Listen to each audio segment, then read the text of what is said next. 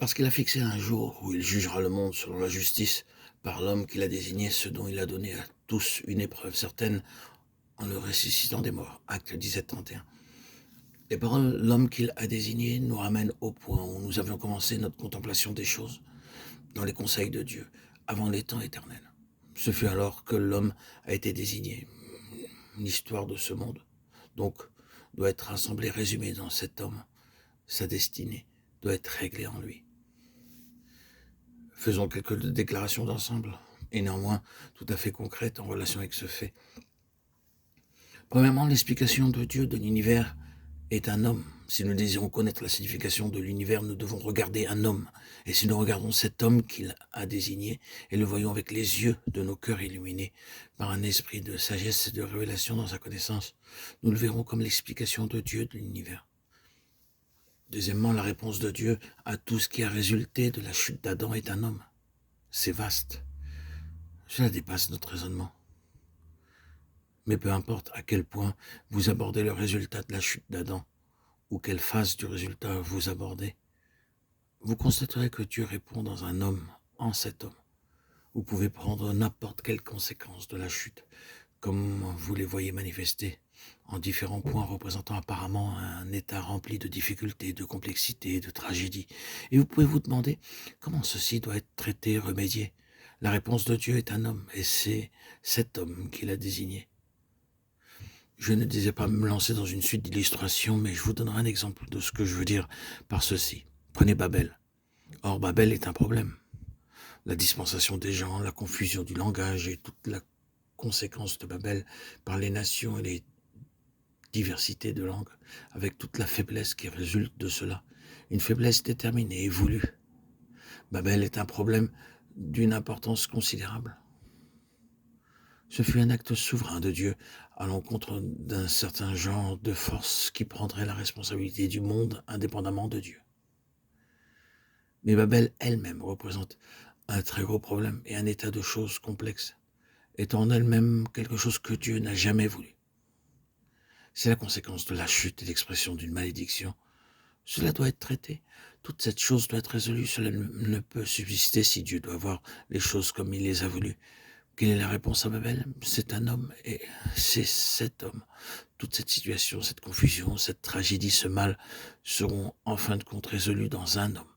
Il y aura en cet homme une unité de tout ce qui est divisé et dispersé.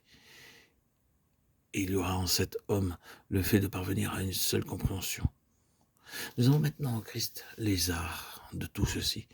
Une telle mésintelligence spirituelle, et peu importe que l'on puisse, oui ou non, se comprendre l'un l'autre dans notre langage humain, nous pouvons tous comprendre la même chose par le Saint-Esprit et parler un langage intérieur. Il y a une unité de compréhension et la pleine assurance d'une compréhension en Christ.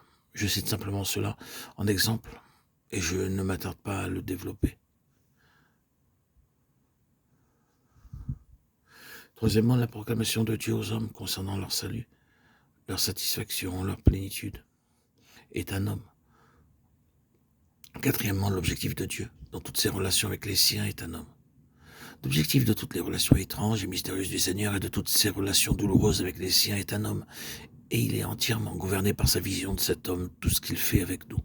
Rien dans toutes ces relations n'est quelque chose en soi, mais tout est lié. Il a constamment son regard sur un homme. Et en ce qui nous concerne, il agit avec cet homme en vue. Aucune de nos expériences sous la main de Dieu n'est en elle-même un incident. Elle ne survient pas dans notre vie à cause de ceci ou de cela ou de quelque chose d'autre qui serait séparé. Si nous comportons mal, Dieu ne nous corrige pas pour ceci ou pour cela, comme une chose en elle-même. Les corrections de Dieu ne sont pas accidentelles, détachées, à part, mais en relation avec un objectif, l'objectif qu'il a en vue, un homme. Les relations de Dieu non seulement avec les siens, mais avec le monde, qui sont des relations de différents genres, son rapport avec cet homme. Ah, si nous pouvions reconnaître ce que cela signifie et le mettre en pratique, l'introduire dans le monde de la vérité expérimentale, cela nous aiderait considérablement dans notre vie quotidienne. Or, dans ces déclarations, nous avons mis en avant de manière complète et dans les détails l'objectif de Dieu, la grande réalité qui gouverne tout. Tout est expliqué par un homme et dans un homme, et cet homme interprète l'histoire et la destinée de l'univers. Cela pouvait être présenté en d'autres manières et beaucoup plus de choses tissées et tirées de la parole de Dieu pouvaient être citées pour montrer combien il en est ainsi. Dieu n'a pas développé ou produit une religion, c'est-à-dire un système d'enseignement et de pratiques religieuses.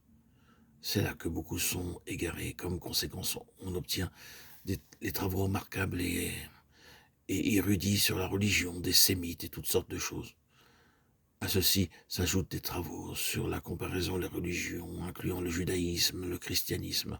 Toute la question est réduite à des valeurs comparatives dans les religions du monde, quant à savoir quelle est la meilleure et s'il peut être prouvé, comme beaucoup ont essayé de le montrer, que le judaïsme valait mieux que toutes les anciennes religions et le christianisme mieux que les religions anciennes et modernes, pour devoir donc conclure que le christianisme est la religion pour le monde.